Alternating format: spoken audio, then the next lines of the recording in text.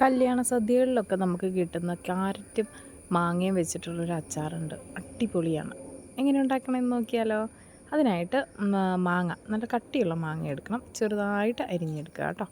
അതുപോലെ തന്നെ ക്യാരറ്റും ചെറിയ നീളം കഷ്ണങ്ങളാക്കിയാണ് ഇത് അരിഞ്ഞെടുക്കേണ്ടത്. കട്ടിയൊട്ടും പാടില്ല. ഇനി നമ്മൾ ഒരു 10-15 വെളുത്തുള്ളി പൊളിച്ചെടുത്തിട്ടുണ്ട്. അതുപോലെ തന്നെ ഒരു ചെറിയ കഷ്ണം ഇഞ്ചി, അത് നീളത്തിൽ. ഞാനിവിടെ 4 പച്ചമുളക് എടുത്തിട്ടുണ്ട്. നിങ്ങൾക്ക് എരിവ് അതിൽ കൂടുതൽ വേണമെന്നുണ്ടെങ്കിൽ അതിനനുസരിച്ച് എടുക്കുക. കട്ടിയുള്ള പാത്രം വെച്ചിട്ട് അതിൽ നല്ലെണ്ണ തന്നെ ഒഴിക്കണേ, വെളിച്ചെണ്ണയൊന്നും ഒഴിച്ചേക്കരുത് കേട്ടോ. അതിലേക്ക് കുറച്ച് കടുക്, അതുപോലെ തന്നെ അല്പം ഉലുവ, ഇത് രണ്ടും കൂടെ ഇട്ട് നന്നായിട്ടൊന്ന് മൂപ്പിച്ച ശേഷമാണ് നമ്മൾ നമ്മുടെ ബാക്കി കലാപരിപാടികളൊക്കെ ആരംഭിക്കുന്നത്. അതിനുശേഷം നമ്മളിതിലേക്ക് നമ്മൾ നേരത്തെ തയ്യാറാക്കി വെച്ചിരിക്കുന്ന നമ്മുടെ വെളുത്തുള്ളി ഇട്ട് കൊടുക്കണം. അതോടൊപ്പം തന്നെ ഇഞ്ചി, പച്ചമുളക് ഇതും കൂടെ ആഡ് ചെയ്ത് കൊടുക്കുക. ഇതിനെല്ലാം നന്നായിട്ട് മൂപ്പിക്കുക. ഈ കൂട്ടത്തിൽ തന്നെ കുറച്ച് കറിവേപ്പിലയും കൂടി ആഡ് ചെയ്യുക. ഇതെല്ലാം നന്നായി ഇളക്കി എല്ലാത്തിൻ്റെയും പച്ചമണമൊക്കെ ഒന്ന് മാറി വരുന്നോടം വരെ തുടരെ ഇളക്കിക്കൊണ്ടിരിക്കുക കേട്ടോ. ഒരു മീഡിയം ഫ്ലെയിമിൽ സെറ്റ് ചെയ്യുക. അങ്ങനെ അതൊക്കെ ഒന്ന് പച്ചമണമൊക്കെ മാറി ഒന്ന് വാടി വന്നതിന് ശേഷം നമ്മൾ ആദ്യം ഇതിലേക്ക് ക്യാരറ്റാണ് ആഡ് ചെയ്യുന്നത്. ഒരിക്കലും മാങ്ങയും ക്യാരറ്റും കൂടെ ഒന്നിച്ച് ആഡ് ചെയ്യരുത്. രണ്ടിനും രണ്ട് കുക്കിംഗ് ടൈമാണ്. മാങ്ങയ്ക്ക് പെട്ടെന്ന് കുക്കാവുന്ന ഐറ്റമാണ്. പക്ഷേ ക്യാരറ്റ് കുറച്ചുകൂടെ കട്ടിയുള്ളതായതുകൊണ്ട് അതിന് കുക്കിംഗ് ടൈം കൂടുതൽ വേണ്ടതുകൊണ്ട് നമ്മൾ ആദ്യം ക്യാരറ്റ് ആഡ് ചെയ്ത് കൊടുക്കും.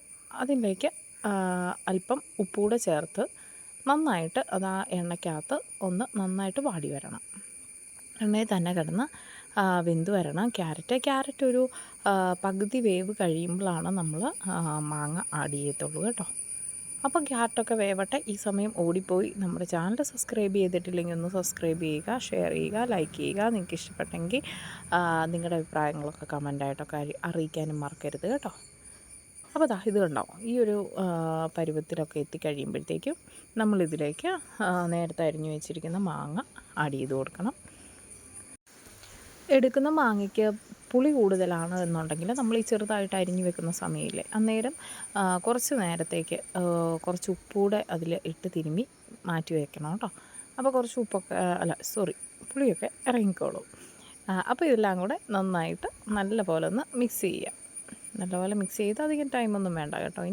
ഇതിലേക്ക് നമ്മളൊരു സീക്രട്ട് ഐറ്റംസ് നമ്മുടെ ടേസ്റ്റ് ഒന്ന് കൂടുന്നതിന് വേണ്ടിയിട്ട് ആഡ് ചെയ്യുന്നുണ്ട് കേട്ടോ.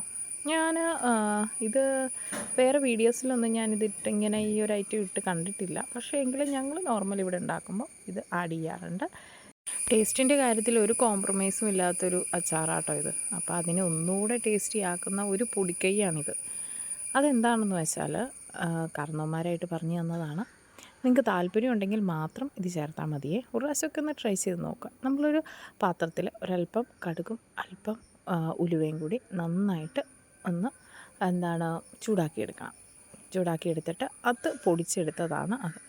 ഈ കാണുന്ന മൊത്തം പൊടിച്ച് ചേർക്കുന്നില്ല ഞാൻ. അതിൽ നിന്ന് വളരെ കുറച്ച് മാത്രമേ ചേർക്കുന്നുള്ളൂ കേട്ടോ. ആ ഒരു ടേസ്റ്റ് എന്ന് പറഞ്ഞാൽ വ്യത്യസ്തമായൊരു ടേസ്റ്റാണ് ആ അച്ചാറിന് കൊടുക്കുന്നത് കേട്ടോ. നല്ല രുചിയാണ്. അപ്പം ഒരു പ്രാവശ്യമെങ്കിലും ഇങ്ങനെ ഒന്ന് ട്രൈ ചെയ്ത് നോക്കാൻ ശ്രദ്ധിക്കണേ. ഇനി അതിലേക്ക് ഒരല്പം വിനാഗിരിയും കൂടി നമ്മൾ ആഡ് ചെയ്തിട്ടുണ്ട്. കഴിഞ്ഞു, നമ്മുടെ പ്രോസസ്സ് എല്ലാം കഴിഞ്ഞു. ഇനിയിപ്പം ഉപ്പുണ്ടോ എന്നൊക്കെ നോക്കേണ്ടത് നിങ്ങളുടെ പണിയാണ്. ഉപ്പില്ലെങ്കിൽ കുറച്ചുകൂടി ഉപ്പ് ആഡ് ചെയ്ത് കൊടുക്കുക.